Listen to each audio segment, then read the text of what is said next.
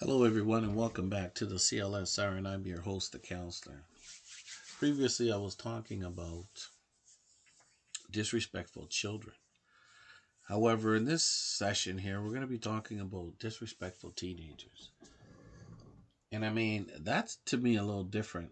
Well, actually, it's a lot different than when they're just the little ones, because the little ones are a little bit more vulnerable and the decisions that they make are really new in their lives, right? They're just developing. And as do teenagers. However, it's just it appears as more aggressive disrespect when they become teenagers. And trying to understand that is important.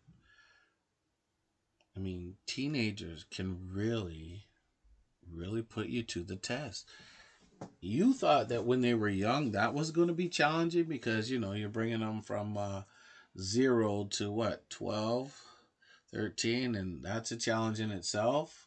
And when they're really young, you're just helping them work through it. But when they become teens, whoa, this is where the real challenges come. And it really tests you as a parent. And sometimes you wonder, with such disrespect, if you're going to have a relationship with your children because you're figuring, where is this coming from?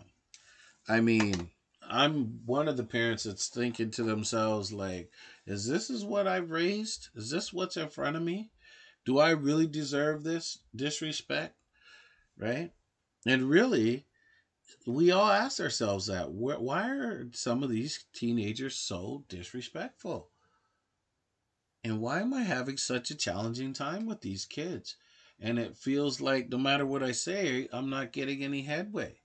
And the children are just rhyming off like everybody's supposed to understand everything their way, realizing that I'm the adult. I have enough of my own responsibilities and my own issues, and not to mention, you know, other issues with work or what have you. I got to deal with the home front, and I have a little person in here, sometimes not so little, but I have a teenager in front of me that seems to be giving me such disrespect.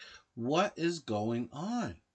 And see, I'm speaking with other clients and friends, and they're dealing with the same. Like, teenagers are tough, they're challenging.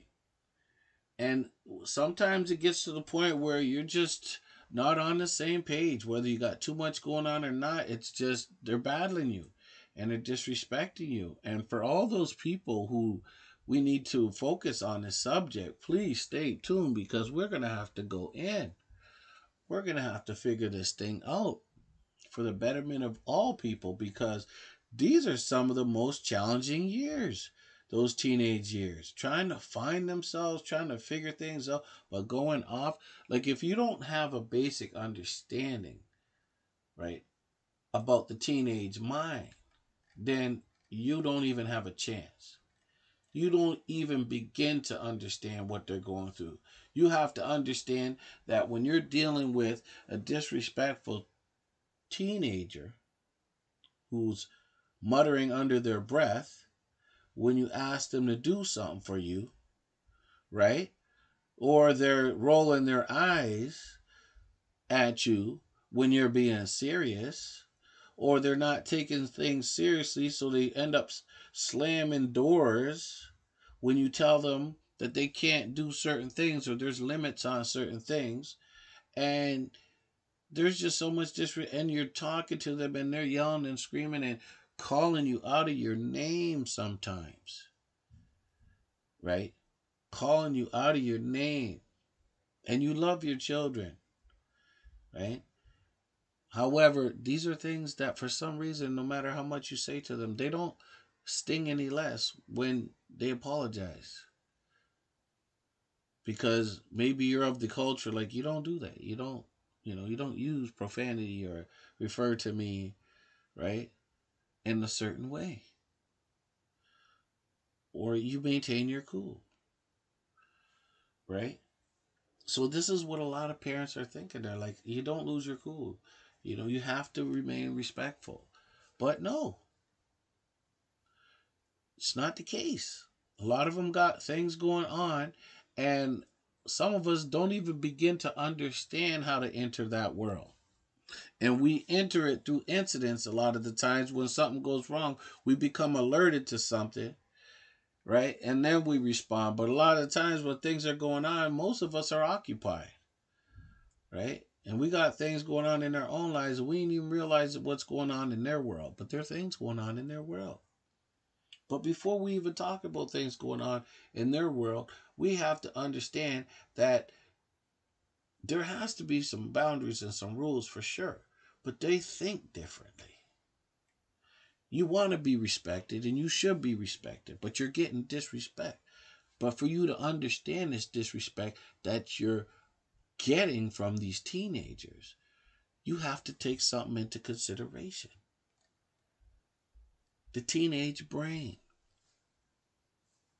Understanding how they think, how their brain is developing is so important. Remember, by those early ages, what, 5, 6, most of the brain structure has already been formed in these teenagers. So picture, you know what I mean, the wiring of this brain, the intricacies of this brain, right? Think about where it's at this stage when 95% has been structured by the age of 6 and they're teenagers now. What's going on there?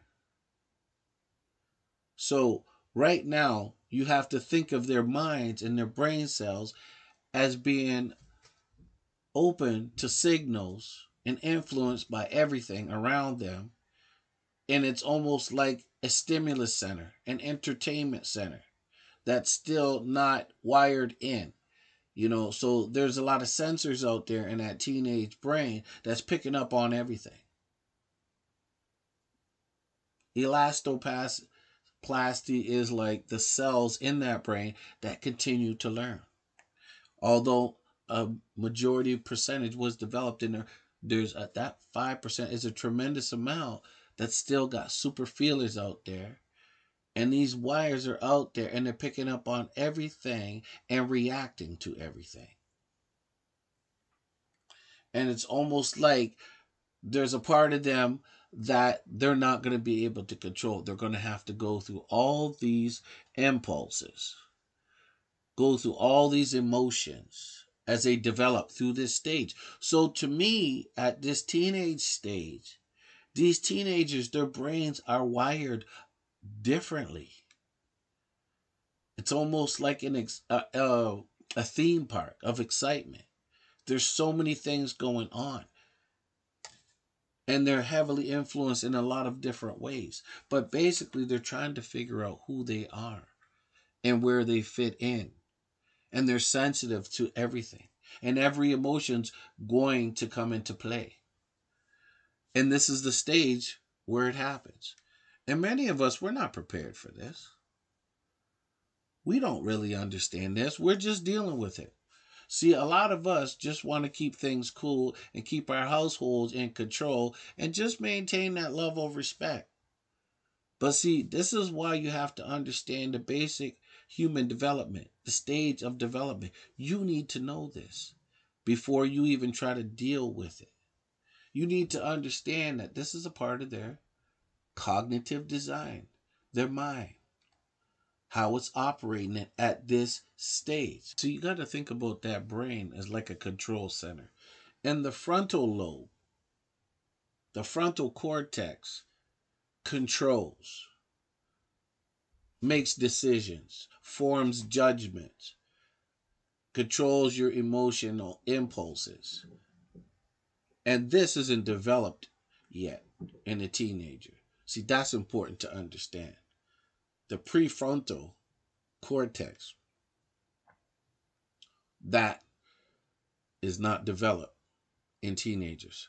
So a lot of the decisions are impulsive, reactive, and simply an emotional wreck. See, this is a time where teenagers, they easily get angered and frustrated, sometimes with themselves, in addition to other external situations. And they go through these mood swings that maybe we don't experience. See, we've gone through, we forget it. We just went through it ourselves. But how easily we forget. So we need to come back and remind ourselves that yes, they are going to go through these mood swings. They are going to be very emotional and sensitive. And sometimes it'll appear they're insensitive. But you have to understand the biological point that I'm trying to make. Things are different. High sensitivity, limited control in the area that needs the control because they're growing, right? So they still have to develop these things in their mind. They still have to mature and develop in their mind. All these things that are going on. It's a very unstable part of their life stage where they're all over the place, basically. So you have to think about this emotional state that they could be in and out of, and how this behavior will impact the situation. So you just don't go in from the defensive point of view. You have to understand that when they are disrespectful to parents, it's really a sign that some emotional needs aren't being met. And this could be appearing as disrespectful behavior. As I told you earlier, it's a way of getting attention. And even showing you that something's wrong and they're not feeling themselves. See, there's ways to think about that too. Like, this is internal, but it also has its external influences where they go through the highs and lows and, messages and media and all that, as I mentioned earlier, on what influences them. Things that happen. They might not feel like they want to talk about. They might not know how to talk about what's on their mind. So you might have to pull them to the side and sit down and let them know that they can talk about things with you. You have to love them. And it's going to be hard. You're going to have to love them unconditionally, and it's going to be a challenge. Because they're going to be challenging you. And you have to understand that there's a part in that adolescent that feels powerless, unstable, insecure, and even vulnerable at times. But they need you to show them that they need that support and unconditional love. Because we have to think about the mindset you have to get into when you're trying to cope with this. Because often we are reactive. And understanding that they have different views from our views is a starting point. That's definitely where you should begin when you're trying to work with teenagers. You have to first acknowledge that no, you're not, they are a separate entity. Yes, they come from you. However, they are still separate and they have separate points of view. And I know a lot of the times as parents, we fall into this thing where we say, is even though they have a separate point of view, my view is going to be the dominating view, because we got to prevent some chaos here. We got to have some control and some limitations. And I'm the parent and I got to keep that known. Yes, you do. You got to have certain things. But when they're teenagers, you have to understand that they're going to require some attention and they're going to need some power. And they're going to have their points of view and they're going to go through their different experiences for sure. But you, as the parent, have to look at it like they're different. And there's something going on here. And if I have an open mind, I can cope with it. Right? And they're going to challenge you. See, that's what teenagers do. Right?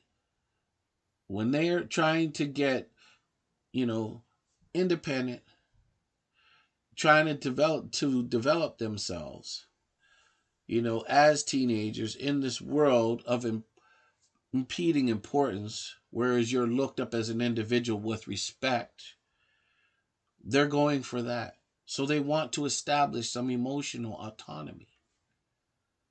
They want some power that we've always had. They just want some of that. See, because you can only try to control the situation in the home for so many years before you have to transfer some power.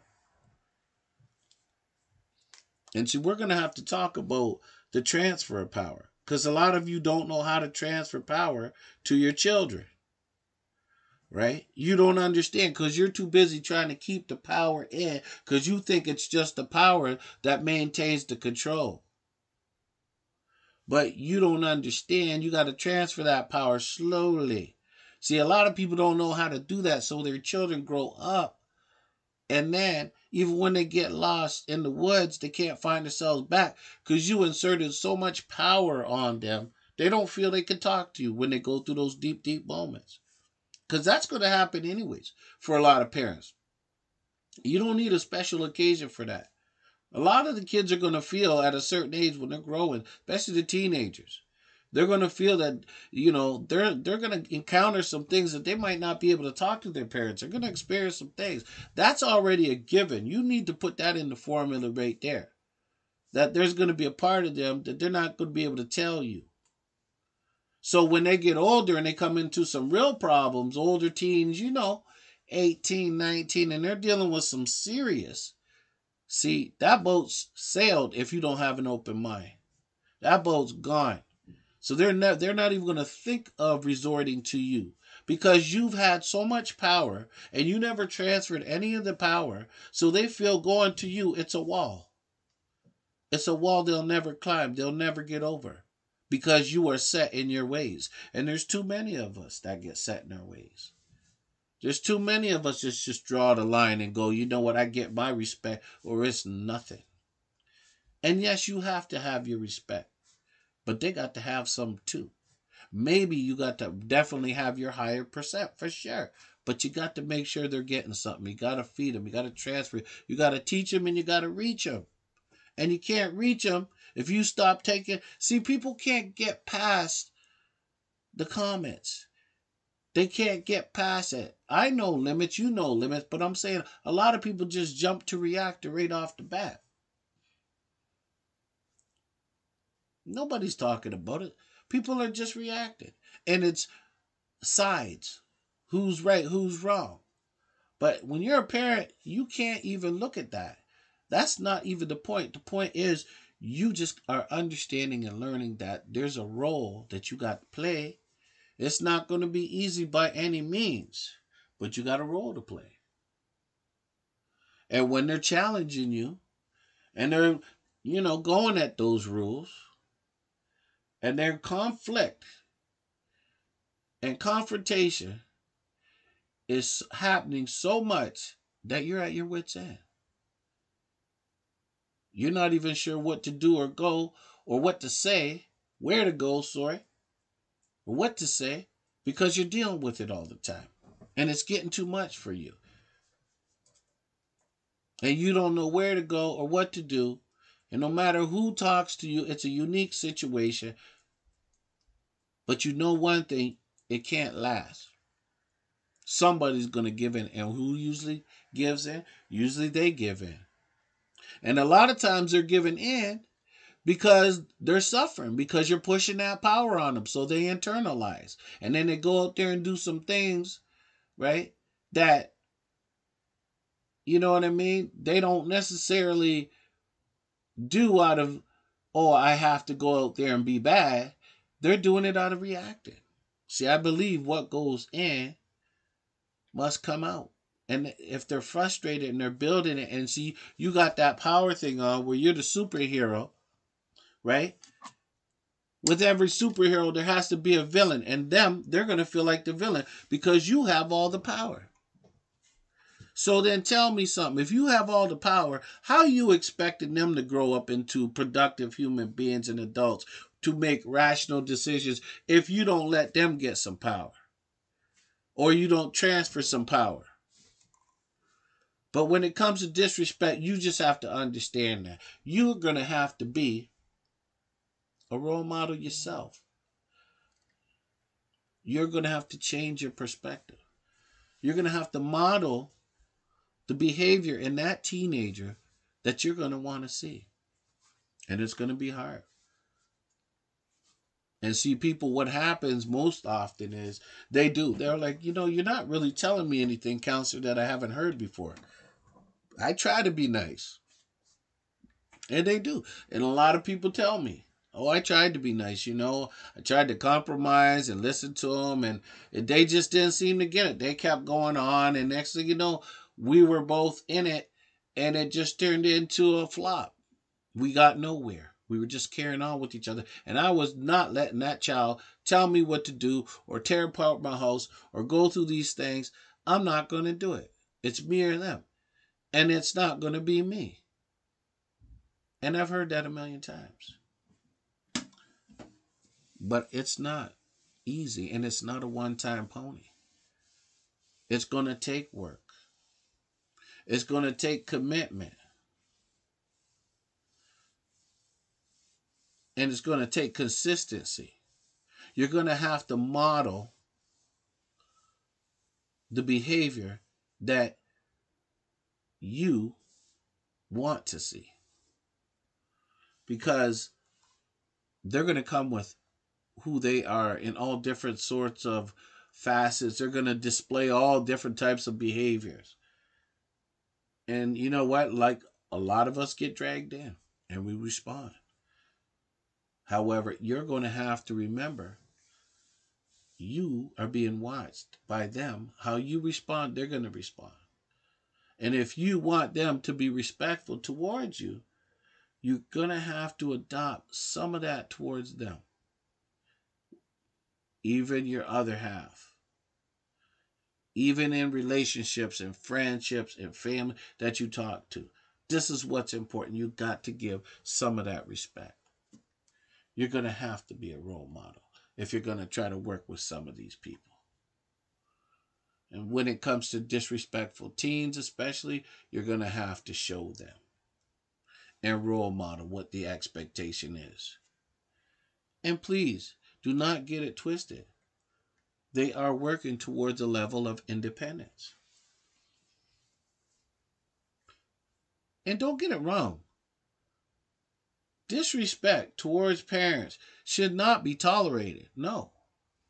You have to strategize and get through that by doing some of these things I'm talking about when you're dealing with your teenagers.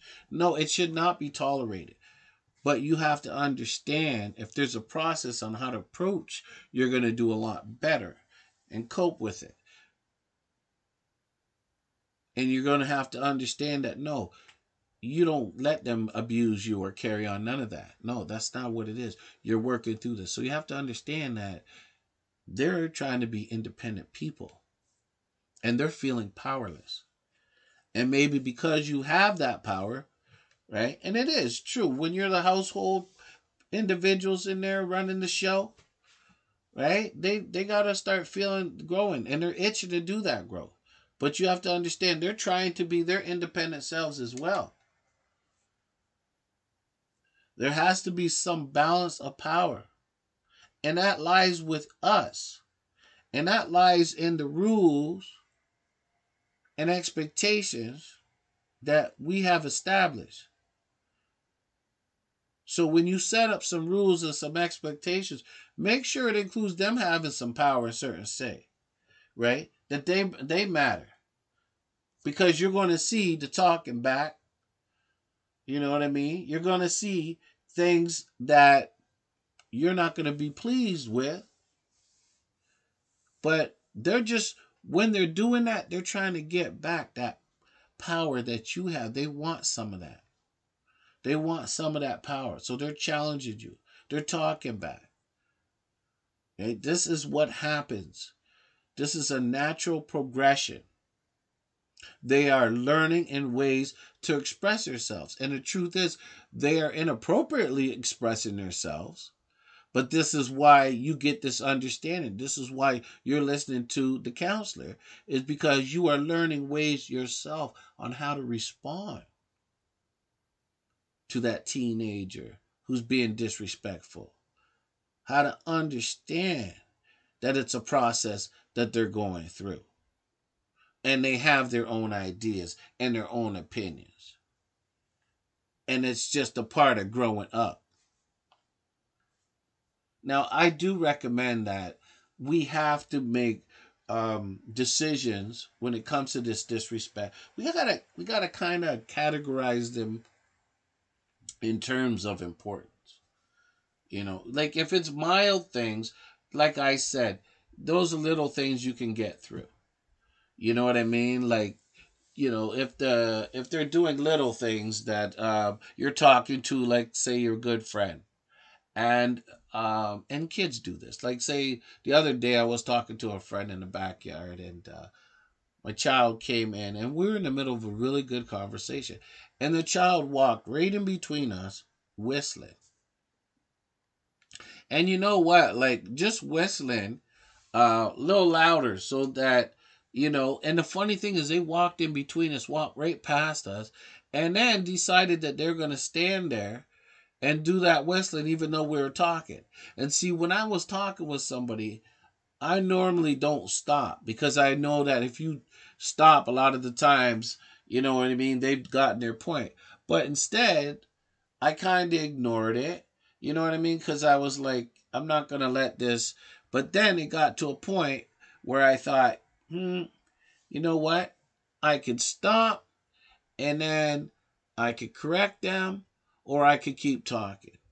See, after a minute, he stopped whistling, and then I turned around and I said, okay, whatever. It's not a big deal. I'm not going to say nothing because they stopped, which was good.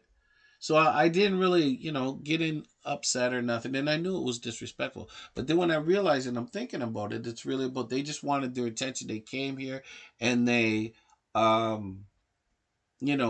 their little bit of attention and walked right in between. And they're teenagers, right? So walked right past, listening to the music. I'm like, whistling. They knew we were talking. But the point is that I didn't make a scene. I just felt, you know what? I'm going to talk to them later. And I did.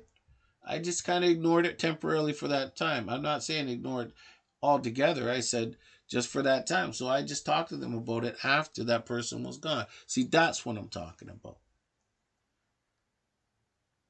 But, I could probably avoid these things if I were to be proactive, right? If I was more proactive, then, and if I were to say to myself, what could I have done to prevent things like that? Well, maybe I could have set some clear guidelines and be consistent with my boundaries. Like that's a big reason why a lot of people are disrespected because there's no set clear boundaries and guidelines that they put in place. So when the kids don't have any consistency and they're not clear about the expectations around you, then they tend to cross that, especially teenagers, right? There are some that know, and once it's established, they kind of grow up knowing what it's all. But you still got to take this into account that as teenagers, their brains start to go a little bit, sensitive and emotional, and they're trying to figure these things out for themselves. So you have to set some clear and consistent boundaries to make sure that you can eliminate the silly stuff because the silly stuff will get on your nerves after a while. I got to tell you something. Like it's kind of funny because when I was growing up, I used to see people being raised, and a lot of times I grew up around people who were quite strict in their family. Then I used to see people I knew my age back then who were in families, and their family used to let them do whatever, gave them a lot of privileges. They're allowed to do their own thing. And then when they grew up, my friends, that, they used to invite us over the house when we were just younger, and all of us kids would go over there. And, the parent would be treating the kid like you've seen it where the parent treats their kid like they're adults and a party hoster. You know what I mean? They're the host of the mostest, and the parents are sitting back, and the kids are bringing these kids to the house, and the parent is letting the kids do whatever they want to do, and it seemed like the kids doing more parenting than anything, but it happens.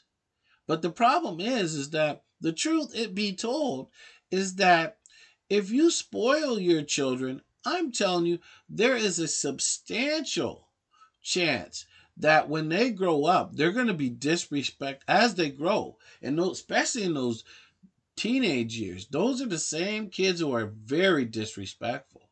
And I found it even back then, they were very disrespectful. Telling their parents what to do, and go, like, it was just ridiculous. And I was in awe. And it wasn't until I got older and I realized, like, oh my goodness, like, this is true. The more you give them to spoil them, it really messes with them. And they just get out of control. But if you have rules in place, firm rules, like, it's going to be 10 times better. Is teenage disrespect going to happen? Yes, it's inevitable. But you cut down so much when you have, a few firm rules in place. Not a lot. That's not what it's about. Just a couple rules that they understand what's going on, and they've been in place for a long time. You just cuts out a lot of foolishness. If you have rules. But there are people, the problem is they have rules, but they're not consistent rules. And that's the problem. They only apply them when something's wrong. But the rules are, or they ignore them, you know, occasionally. And kids push it throughout. And then the rules, so in actuality, there are no real rules in place. There's assumed rules. And that's what you don't want to be doing. You want to be consistent in your rules and let them know, as they're young people out there who don't know or understand you, um, they need some guidelines and just a few rules as the kids grow up in place, being consistent, firm but fair. That's just going to help the situation tremendously. But there will be disrespectful because it's a phase, you know? Like, what am I talking about as far as think of some of the rules? Like, even when it comes to, and I found this one to be a real challenge. And I couldn't even understand it, even when I was talking to the young people today out there. But, like, when you let your child, let's say, stay up all night. And see, I'm not really sure how a lot of people out there do it, but I know there were rules set, even when I was growing up, that you were to go to bed at a certain time, right? And then it loosened up as they got much older, of course. But if I didn't have any rules all these years, then it would have been so much more problematic. But I set clear, consistent rules. See, and if you have kids who are used to it, they go to bed at 8, and then maybe the next year it's 8:39, and next year 9:30, right? So then you could regulate. That's so good. However, if you have no rules, where you haven't started from anywhere, you're in trouble. You're creating an issue because that's when you have the children who they forget. They have no concept. So from an early age, they're figuring, if you don't have any rules, why should I? And oddly enough, they start to see themselves with all these freedoms that you have. So they're out there doing what they want to do, staying up all night, and see, when you're tired, right there, you see, you know what? Hi. You want to get some sleep, and they're up all night doing what they want to do. There's no structure in place. And then when you do tell them and approach them, hey, listen, you know what? I got to get up in the morning. You're gonna have to cut it down. You know what I mean? They're not gonna listen to that because they had no established rules. There's no clear, consistent boundaries in place. So they feel they could do what they want to do. So they're going to give it to you harder because they're going to be like, what are you telling me what to do for? You know what I mean? I don't have to listen to you. I do what I want to do. You started that. So just keep that in mind. But the teenage brain is going to challenge. And they're going to have every response, whether it's rational or not, for anything that you say because they have something to prove. And be careful, because when you have two parents in the house, you have to make sure that your rules are being applied on the same level. Make sure those are consistent as well, because there's a lot of problems that can arise when you have two different parents doing two different things expecting the same result. One might think that, oh, you know what? You can go here and stay out here this late. And the other one will say, well, no, I told them they could do this. And then the child becomes confused, and that even gives them more room for argument. And not only that, it shows that there's inconsistency. No one's following rules. The child looks at you two like, you two can't even agree on anything. I'm not listening to you. And gives them a reason to create more havoc. And if they're real crafty, if you've seen this in some households, that child will see the inconsistency between the parents and disrespectfully try to use the parents against each other. Right? And next thing you know, they're disrespecting your relationship because they're in the middle of it. And you allowed them to get in the middle of it because you both weren't on the same page. And that's what happens when you're not on the same page. So you have to be on the same page. All these things are going to help when you're trying to deal with the teenager who's very disrespectful. Remember that. Where one parent is lax, the other one may not be, and they might be strict. Teenagers can exploit this inconsistency, and they will play you against each other. And there's days, and you know it, there's days where one parent will be like, well, you didn't talk to me about this. No, you got to sit down, because then you start arguing with your partner. You start getting into it, and it causes some chaos. And next thing you know, you're arguing with each other, all because that child knows how to manipulate. So you want to eliminate that altogether. You want to make sure you're consistent. And there will be days where you're feeling vulnerable, tired, you don't even want to go through it. They're challenging you, pushing the button, and they know. Remember, teenagers are crafty. They're good observers when they want to be, and they tune in, and they play that manipulation game so good. And the reason why a lot of times they get away with it so long is because we're busy. We got 100 things on our mind. We're not thinking about what this child is trying to do, because remember, all they're trying to do is get their needs met. That's it. They're just trying to get their needs met, trying to be independent, trying to get some attention. That's what they want. And see, they get all that time to focus on that. You're busy. You got to think about 10 different things in a day, right? They're just part of the equation, not all of the equation. But see, they got the power to focus when they want to focus. So they're focusing on their needs. So if you're inconsistent, that is breeding grounds for manipulation for your teens.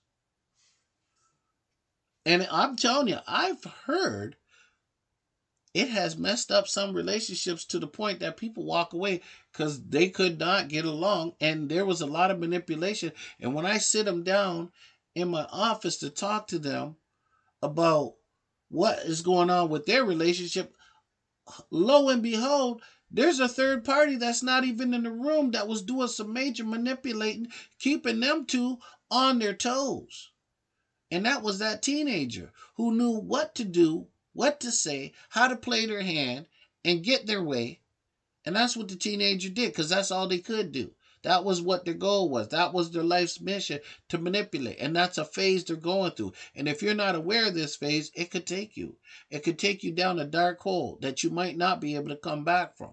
Because you might be focused on the other partner when you have a third party. So you got to be consistent, and you have to take the time out to set up some clear guidelines, right? But you want to be supportive of them, but be aware that you want to be on the same page, or it could be a process that deteriorates more than just your teenage parent relationship.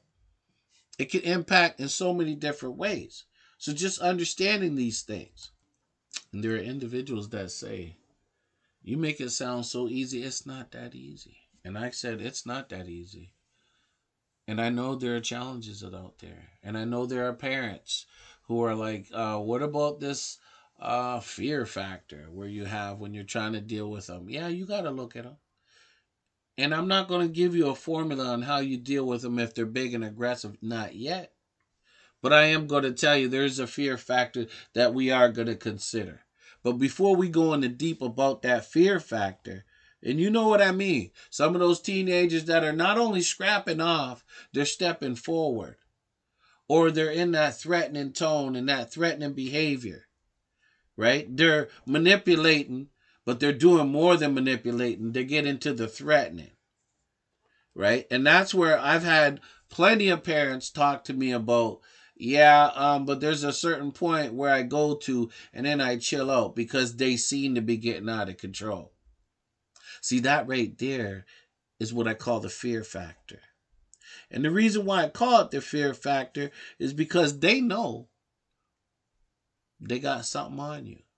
Whether it's their size, their aggression, your vulnerability at the moment, whether you can't see them correctly in the sense that they feel that there's something about you that's just not right at that point, where you're not focused and they could get you by surprise and manipulate and even turn it into their advantage. Oh yes, all that could be at play. But I call it their fear factor is because there is a part of them that's using some fear to steer them in a way that they choose so that they can accomplish their goals. That fear factor is very common in a lot of situations.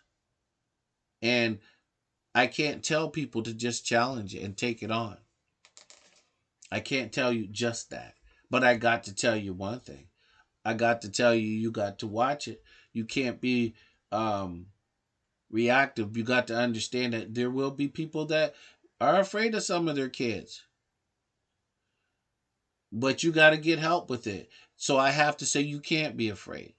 So you have to make it so that you're not afraid. You got to involve people so you outnumber them and you work with somebody to get you support, but you can't. You got to find them help, support, whatever. You can't live in an environment where you're afraid of your kids and they're manipulating you to the point where they got some control in there. And it happens. And some people deal with it. But I'm going to give you the no. Because if you are really afraid of your kids, it's not just about teenage disrespect. That's going to be about teenage turning into adult disrespect. And that's one thing you do not want. You know they're going through a phase, but you want to make sure they snap out of that phase. And it's not going to be snapped out of if you're afraid and they already got the power over you when they're young. No, you got to make sure you put your foot down. You got to set some consequences and you got to be able to follow through on them. You can't be doing what a lot of those parents out there doing, telling their kids, oh, you know what? I'll threaten you with this and threaten you with that. No, you got to mean what you say, because if you don't mean what you say, don't say nothing. Do not talk to this kid about all the different things you're going to do. If you say you're going to do it, do it. But do it with the thought process as you have a strategy in what you're doing when you take action. Don't do it just to react. Just know that when you do make that move, it's going to make an impression. And if it doesn't make that impression, it's because you weren't believable. And you've done it before. And they didn't believe you. And see, when you do it so many times and you don't really follow through on it, they don't take you serious. So when you actually do follow through on it, they can't believe it. Can't accept it, can't believe it, don't want to hear about it, nothing. And some of them can't even comprehend it. And they get their backs up and they stir it up. They stir it up. It's not familiar to me. I'm challenging this one for sure. See, that's why you can't do that. You have to set some consequences and you got to follow through on it. You know, it's nice to look at your teenagers and compliment them when they're doing good, give them that positive reinforcement when the behavior is good. But on the other side of that coin, you're going to have to set some consequences for some of that bad behavior. Because, A, there is a point you could go through. And the truth is, we as parents realize if we don't set something up, some sort of consequences, and we always get pushed. We always get pushed to that point where we keep going. We set our stuff and we keep getting pushed to the next level, the next level, the next level. And we set it again and we push it to the next level. And a lot of people will say, you set your goals and don't let them push you to the next level. I'm saying, yes, you do. They're yours. You're responsible. You set that goal. And if they push you to that next level, you push right back to that level that you set up. Do you understand? Understand they can push it, but you can bring it back. See, that's the belief system and what you got to do. It is work. You don't ever give up on it. It's tough. You don't pass the buck. You don't make excuses. But if they push the line, you know where that line is and you get right back to it. You work, say, I'm not just not moving, no. You can be flexible. You can go, yo, flexible don't mean let go. Flexible means I know you're pushing, but we're coming right back because this is where it's going to be. I'm not changing the time. Now, I can work with you in between, you know what I mean? Where you could do this, but I'm not changing. This is where I'm like you. This is my time. When it's time to stay in to this time, that's what I'm saying. You can go do certain things, but I'm saying this is set. So you set certain things and you stick with them. You might flex a little bit in the sense that they might need a little bit of leeway to meet that obligation, but you stick with it. Okay? You're not trying to be their best friend. Because that's what a lot of parents do. They try to be their best friend and then they wonder where the excessive disrespect. Because the thing is, the kids are observing you so often. They're learning from you. They're figuring you out. And they're learning about your strengths and your weaknesses. And when they learn about those weaknesses, they can capitalize on it. And if they're around long enough, they're going to continuously throw it in your face. So be mindful of these things. It's important to follow through on consequences. One of the biggest mistakes parents do is they threaten consequences in their peak when they're heated. And then they fail to act on them. And that was your first crack, your first break.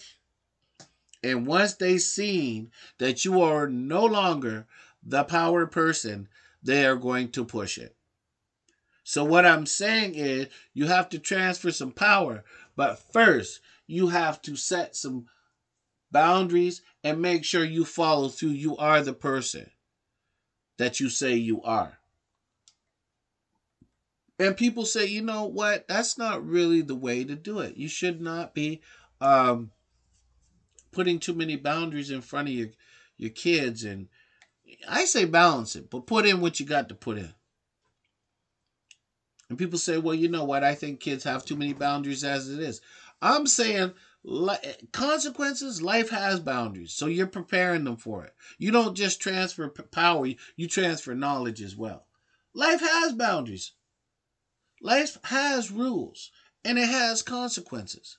So us preparing them for them on how to manage themselves is important. And it does start in the home. See, we've getting away from the term where people go, oh, you know, the way that child's acting up, it starts from the home.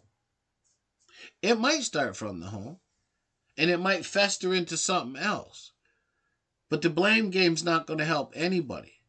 The whole point is, from point of contact, teenagers can be influenced on so many different levels.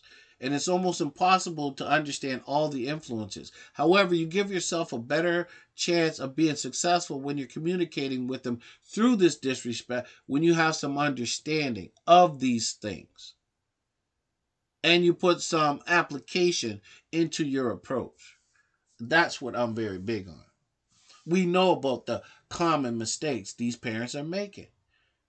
Right? Believe it or not, a lot of these kids need some boundaries put in place. They do. They want to have something in there. Believe me, sometimes it's even safer for them. Now, there are a number, not all kids, but most kids want to have something in place, you know, and they will test, for sure, to test. They'll test them, but they want to have something in place too. It makes them feel safer, makes them feel protected, makes them understand that, you know what? somebody's, believe it or not, looking out for them. And they learn to trust in that. And they know when they're pushing it, but they're pushing it. And they're going to push it. To think that they're not going to push it is problematic. And there are people out there. You ever hear those people? You go out there and they're like, "Oh, my child, they're out there, and I never had a problem with them as a teenager." Well, watch out. Watch out. Because too many of us are trying to get our kids to be the goody goodies. We don't understand that there's so many influences out there. The kids got to let some things out. They do. They got to communicate. They got to let it out. I don't care who it is. I don't care how much money you got. You got to look at life like this. A lot of the influences and things that happen to you and you get inside yourself, whether it's good, bad, stress, whatever, you build things up and you have to get them out. You have to be a system. Okay? And you're always being influenced by things and taking things in.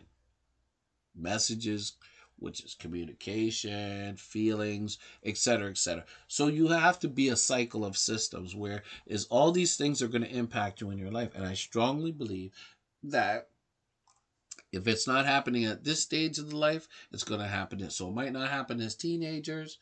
It could happen there when you get older, or it can happen when you're younger. And there's people going, no, this child's been cool their whole life. Well, then that means you don't really know the child. And if you do know the child, it's 1 in a billion. Because we all, whether you're looking at people or not, there's a lot of things that they could be going through. We don't even know. But I know one thing about life cycle is we all go through things at different stages of our lives. See, a lot of us, the thing is we get onto this perspective is we're the ones going through it.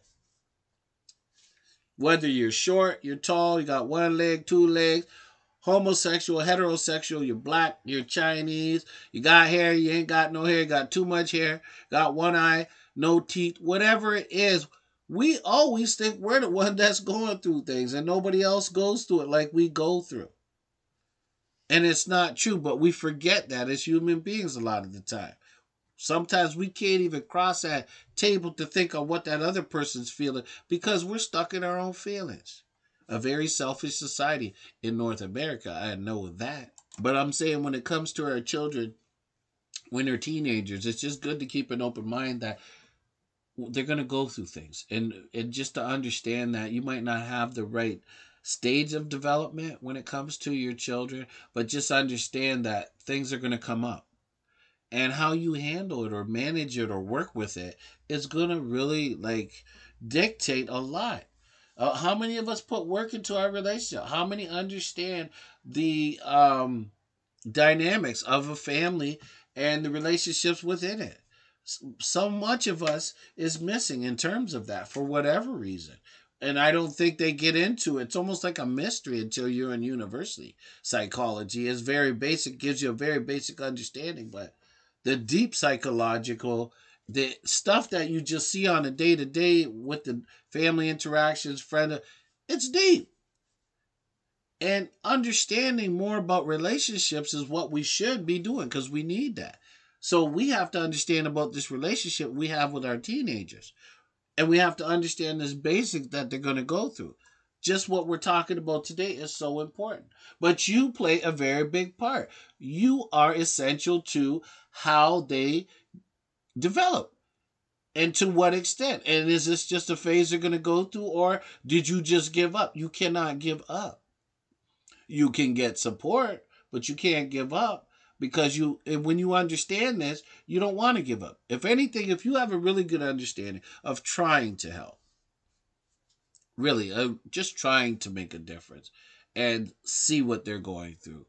And you're just turn the page where you start thinking of them as individuals and what they could be going through. And you want to try to work with it because you're just like, okay, wait, I can work with this. And you will see, not in all cases, but I would say in many, many, many, many cases, the kids will come around. They will. If they could get something applied, if you could even understand the power, the transfer of power, they'll come around. And it could be some going through a longer phase, but you never give up on them. You don't. The easiest thing to do is give up. See? That's the easiest thing to do, is to give up. And there are people that do. Oh, they're so disrespectful. I never want to deal with them again. I never want to deal with them. They're so rude, and I don't know what it is. It's what I didn't do. And a lot of people go, I didn't do nothing to them, and you might not have done anything to them. It could be a stage that they're going, or you could have done something. See? And you don't want to look at what you could be doing that ails them. But you're going to find out, if you change your perspective, you're going to find out what could be ailing them. Or you're going to enlist somebody to help you find out, if you have a change of mindset. Rather than the opposite of that, is where you become defensive and it's a control situation and I have to make control. That is a way to manage it. However, right, don't be surprised if it's a shutdown situation and the control, why it goes from generation to generation and generation, and there's no change. Right? There's no change. There's no understanding. It's just, that's how we work in our family. That's how we operate. And it works. What works is knowledge and understanding and experience, and applying that knowledge, understanding, and experience. Right? That's what works. You don't do the same old thing year after year after year if it's not effective. Or if, you know what I mean? If you can do better, you do better. If you can understand and get some perspective, then you do that. See, that's what we do. That's what we should be doing. So, if you understand that, you understand that consequences are not a good feeling for a lot of people. A lot of people don't really, um, eh, they're afraid of it, as I said. So some of them don't even know how to start, don't know where to begin. And they're, sometimes it's just a point where they just avoid it altogether. They know it's unacceptable, but they're like, you know what? And they avoid it. And we do, because they know it's going to be confrontational. So after a while, if you're feeling unease, and even if it's not fear, you're feeling, oh man, I know. See, we absorb people's emotions a lot. So we know, if I apply this student is going to, or this child of mine is going to get more agitated. So I'm going to do it. Listen, here's what you do when it comes to setting consequences, especially for bad behavior. Make sure the consequences are short term, not long term. Okay? I've seen so many parents who base the consequences on how they feel. And to be real with you, when it comes to teenagers, you could, oh, you know yourself. Sometimes you'll be setting those consequences because you're exhausted from work. You don't want to hear them talking anymore. You just want to be away from them. You find them stressful. So you associate with their consequence, or you're grounded for a month. And that's because you feel like, no, you know what? You did something so bad, you're grounded for a month. And you know what's really scary is, there's a lot of parents that get away with that, and they're on the kids. And sure, I'm not saying kids shouldn't be consequence, but I am saying be mindful that the decision that you make might be more than the kid needs, right? They might not need a month. They might not even need 2 weeks or whatever. Those extended periods of time, do not associate those with your emotions, because you're going to go overboard. Make sure they're kind of short term, and talk to them what it's going to be like. Make sure it is short term, so that they can learn from it and move on. Not, see, because the longer it is, the more punishable. And when the more punished it is, the angrier. Then the less enlightened, the less receptive they are to what you were trying to say.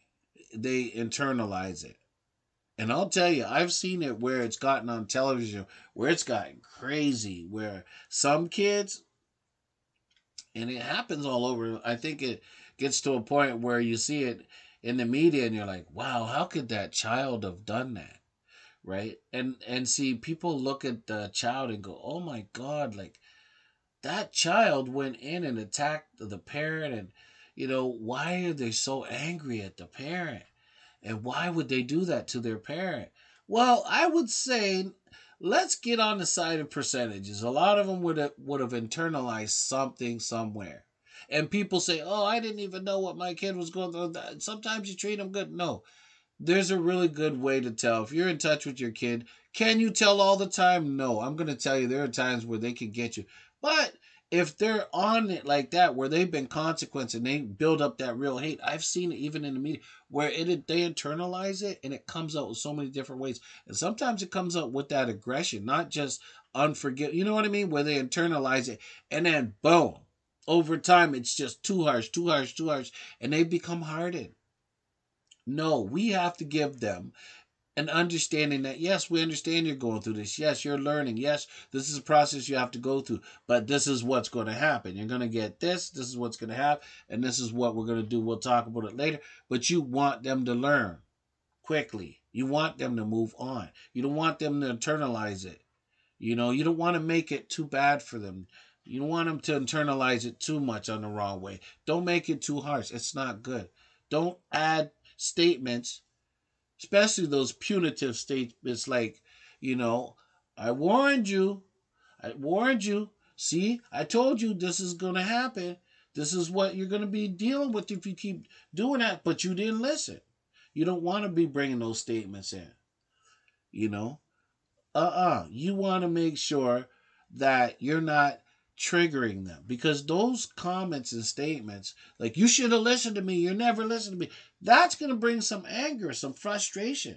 They're going to resent you instead of being receptive and following you and focusing on what you're trying to accomplish and really respecting how they should be behaving. You're doing the opposite. You're digging at them. And, you're poking at them. Set your consequence. Lay it down. Be clear. Short term. Make it what it got to be. Be fair. And try not to be emotional when you're making it. Sometimes it's okay to say, you know what? We're going to discuss it. Give them choice to think. Don't go so hard. So, you know what? This is what it is. You're going to be grounded. I'm going to think. Give me a minute to think about it. Let me just think about what's happening. Don't go too far, but just, we got to talk about I got to think about this. And take time to think. Don't just make those judgments. Don't just make those consequences too bad for them because it doesn't become a learning moment after a while. After a while, they're not learning. And, it's like you're standing in front of them and they don't even see you because they got this blind hate or rage inside of them. And I'm telling you, that's what a lot of young people are dealing with. Not a lot. A number of them I see on the news that are very frustrated. They're internalizing a lot. And it's coming out in so many different ways. And people say, oh, it starts at home. That's where part of it can start. You could be doing the shutdown, right? You could be doing it in your consequences. And if that's one thing. Some people even take it so far and they take that from, they get emotional and they want to deal with their children and they want a consequence and they go too far and they end up hitting the kid, even a teenager. And it's because maybe that's how you learn to deal. Things got to get better. Remember how people cope. A lot of times they've seen it. Think about it. Look at generations before you. How did they handle things? How did they communicate? You don't want to create an angry, but you got to apply something. And you can't be afraid of it. Or let me change that statement. You can be afraid of them if you use it as they could overpower me. I'm going to make sure I got some support if I'm laying this down. Maybe if you're a uncle or someone and you got to lay this thing down, maybe you could have someone. And it's not just for power reasons. Okay, it could be a man consequencing his son, and he could be a hothead. Maybe you might be his partner and might say, listen, you know what? You got to lay it down, but I want to make sure it doesn't get out of control because he's going to challenge, and then, I'll be the balance here. Work it out together. And if you can't, and you're a single parent, you got work to do, right? And the best thing I could do is to do, whenever you're dealing, like even with young people, because it becomes so complex, I just strongly recommend that parents, a lot of the times, and you all know this is true, most parents want to pick up that book and read about the baby when they first have the baby. Think about that. Let me say that again. When people have babies, they want to learn, especially before the even baby comes out. A lot of mothers will go and do all kinds of reading up on the baby. right, on how it is and what they're expecting. Because it's new to them, and it's great if they do it. Not all parents do it, but the majority do. Because they got something coming. They're excited. They want to learn about the baby. But then after they have the baby, a lot of them drop the book. Right? A lot of them are going, well, I'm so busy. I don't know. Pick the book up and keep reading a little bit here and there. You know what I mean? And I'm not just talking about the mother. I'm talking about the father too. Talk about the transgender, the gay, the homo lesbian, whoever. All of us have to educate on our children. There are people that need us to learn about them. We need to develop. We need to develop as parents. We need to develop as support. People who take in kids and want to take care of them, we still need to develop. We got to develop ourselves to be better. There's always room to improve for better. Just doing little things sometimes, right? Learning. You could be a person that's made a lot of mistakes, and you could just pick up and start learning a little bit more about, you know, different approaches and open mind, and it only might even help out in that time in your life, but it did its job.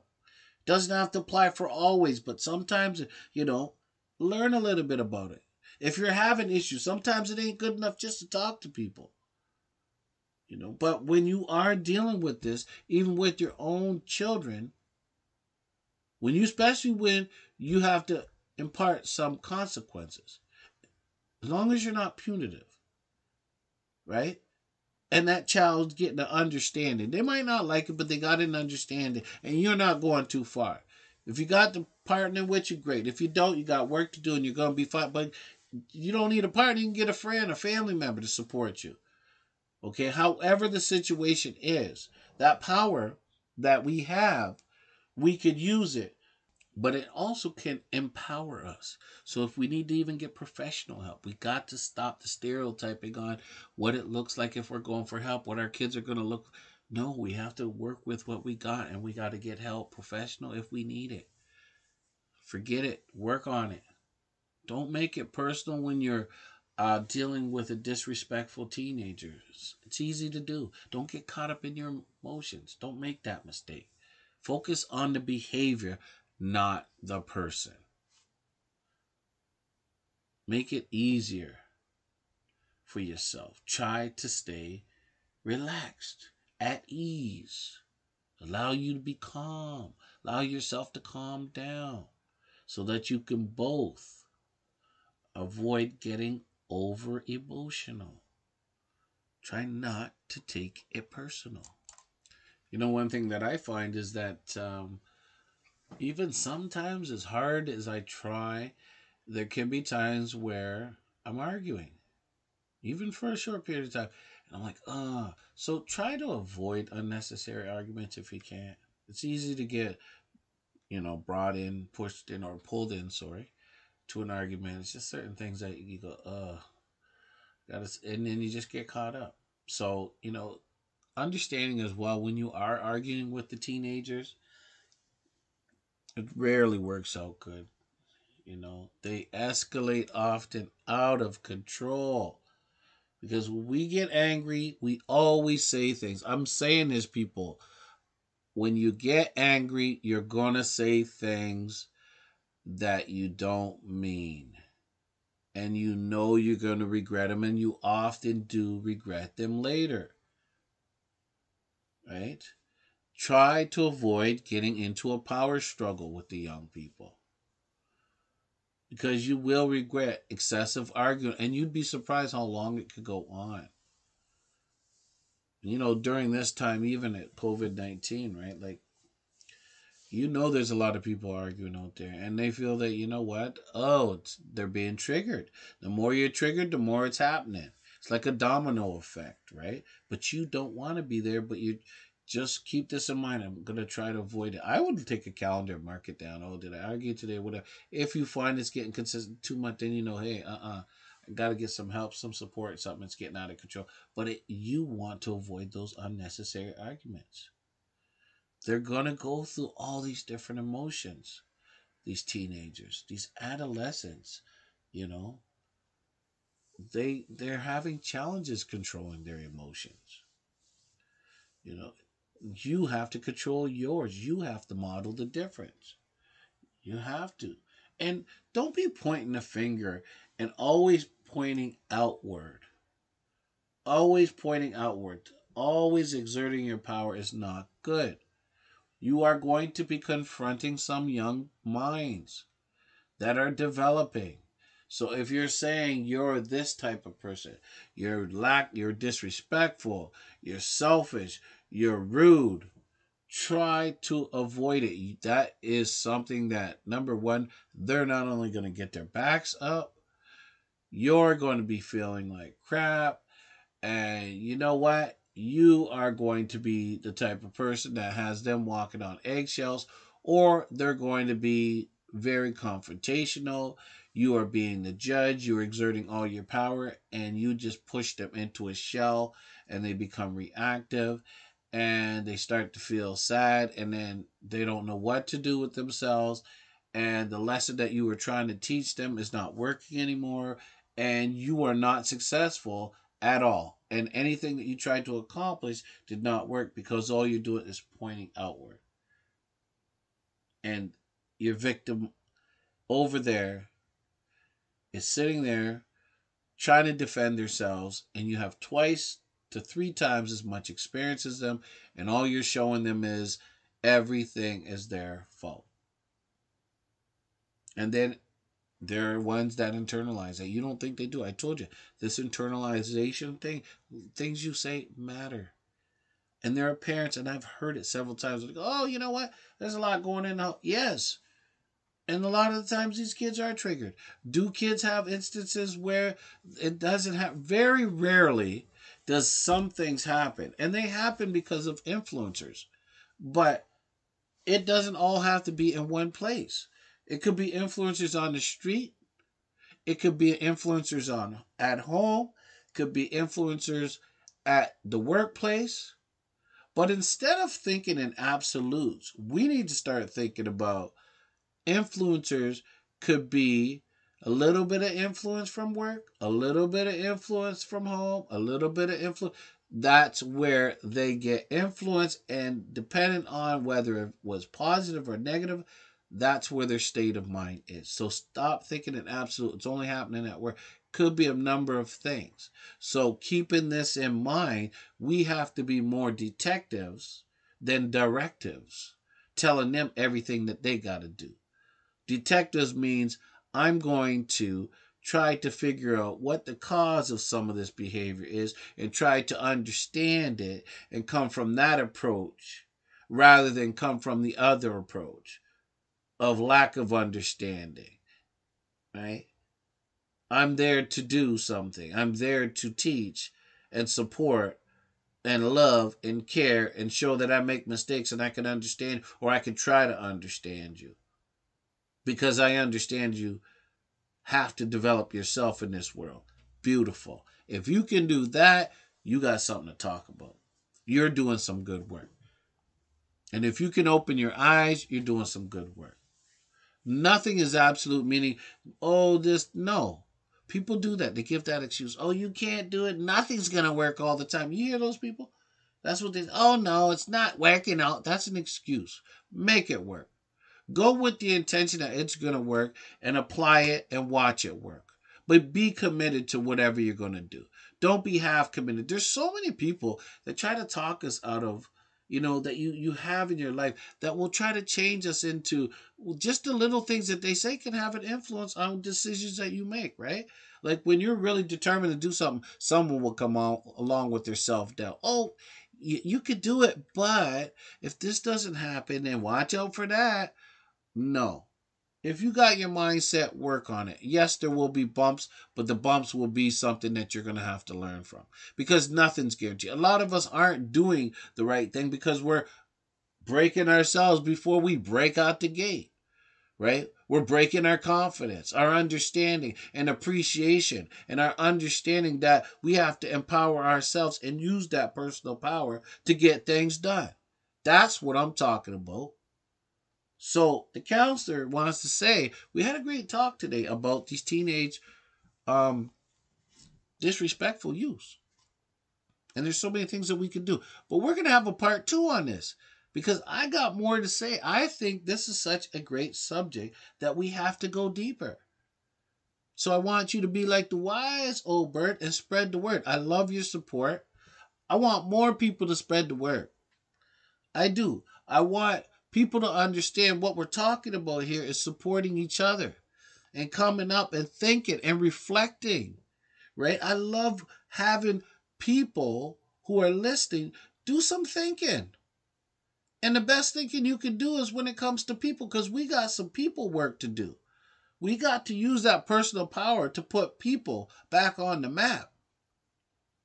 We got to understand and work. We got to support each other more. This is the time, more than in history, where we as people have to truly start getting back to what matters.